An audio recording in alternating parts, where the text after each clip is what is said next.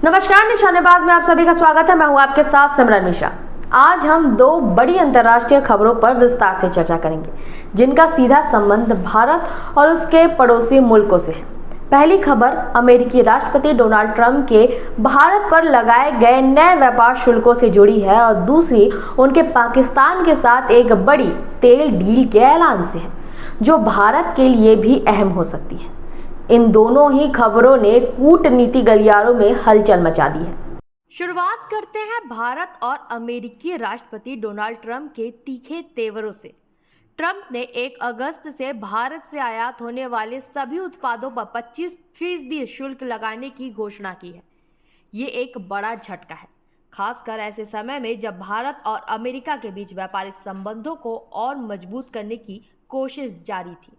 अमेरिकी राष्ट्रपति ट्रंप ने यह घोषणा करते हुए कहा कि रूस से हथियार और कच्चा तेल खरीदने के लिए भारत पर यह जुर्माना लगाया जा रहा है। यह बयान तब आया जब एक दिन पहले ही भारतीय अधिकारियों ने बताया था कि व्यापार समझौते पर बातचीत के लिए 25 अगस्त से एक अमेरिकी व्यापारिक दल भारत आने वाले था। यह विरोधाभास अपने आप में कई सवाल खड़े करता है। भारत अमेरिका का एक प्रमुख कारोबारी साझेदार है। पिछले वर्ष दोनों देशों के बीच व्यापार का आंकड़ा करीब 130 अरब डॉलर का था। ऐसे में ट्रंप की यह घोषणा निश्चित रूप से द्विपक्षीय व्यापार के लिए एक बड़ा झटका है।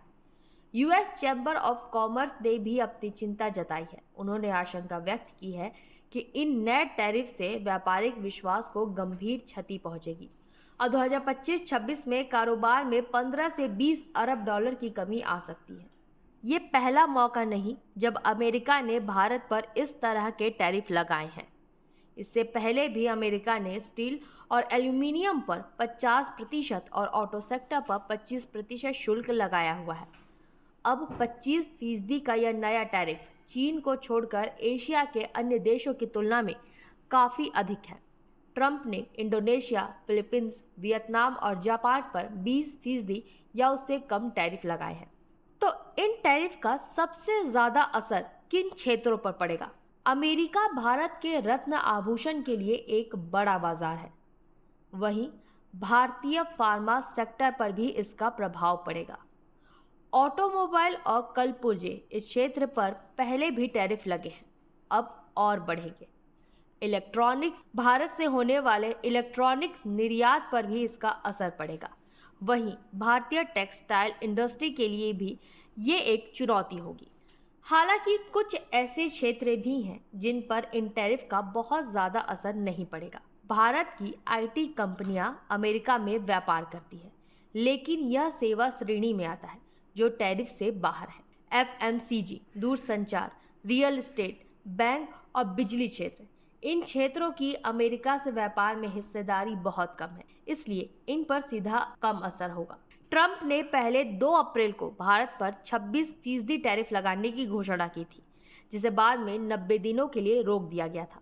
लेकिन अब 25% का यह नया टैरिफ एक बड़ी चुनौती है। गौरतलब है कि चीन के साथ अमेरिका के टैरिफ टकराव के बीच एप्पल समेत कुछ बड़ी अमेरिकी कंपनियों ने अपना उत्पादन चीन से भारत में स्थानांतरित करना शुरू कर दिया था। यदि यह टैरिफ बना रहता है तो भारत को एक बड़ा आर्थिक नुकसान हो सकता है। लेकिन कहानी में एक ट्विस्ट है। भारत पर 25% शुल्क लगाने की घोषणा के कुछ ही घंटों बाद अमेरिकी राष्ट्रपति डोनाल्ड ट्रंप के सुर बदले नजर आए। ट्रंप ने भारत के साथ बातचीत करने के सवाल पर कहा कि हम अभी उनसे बात कर रहे हैं, हम देखेंगे कि क्या होता है। भारत दुनिया में सबसे अधिक या लगभग सबसे अधिक टैरिफ लगाने वाले देशों में से एक है। हम देखेंगे, हम अभी भारत के साथ बातचीत कर रहे हैं। ट्रंप की इस बयान से यह उम्मीद जगी है कि शायद इस मामले पर बातचीत के रास्ते खुले हैं और यह व्यापारिक गतिरोध सुलझ सकता है। लेकिन इसी बीच एक और बड़ी खबर आई है, जिसका संबंध पाकिस्तान से है। अमेरिकी राष्ट्रपति डोनाल्ड ट्रंप ने पाकिस्तान के साथ एक बड़ी ऑयल डील होने का ऐलान किया है। बुधवार को सोशल मीडिया पर पोस्ट करते हुए ट्रंप ने लिखा कि हमने पाकिस्तान के साथ एक डील फाइनल की है, जिसमें अमेरिका और पाकिस्तान मिलकर वहां के विशाल तेल भंडार का विस्तार करेंगे। एक तेल कंपनी को इस साझेदारी के लिए चुना जाएगा। शायद एक दिन वे भारत को भी तेल बेचें। ट्रंप का ये बयान ऐसे समय में आया जब कुछ ही घंटे पहले उन्होंने भारत पर टैरिफ लगाने की घोषणा की थी। यह अपने आप में एक दिलचस्प कूटनीति चाल मानी जा रही है। पिछले साल सितंबर में पाकिस्तान की समुद्री सीमा में तेल और गैस का एक बड़ा भंडार मिला था। पाकिस्तानी मीडिया हाउस डॉन के मुताबिक इलाके में एक सहयोगी देश के साथ मिलकर 3 साल तक सर्वे किया गया था। इसके बाद तेल और गैस रिजर्व की मौजूदगी की पुष्टि हुई।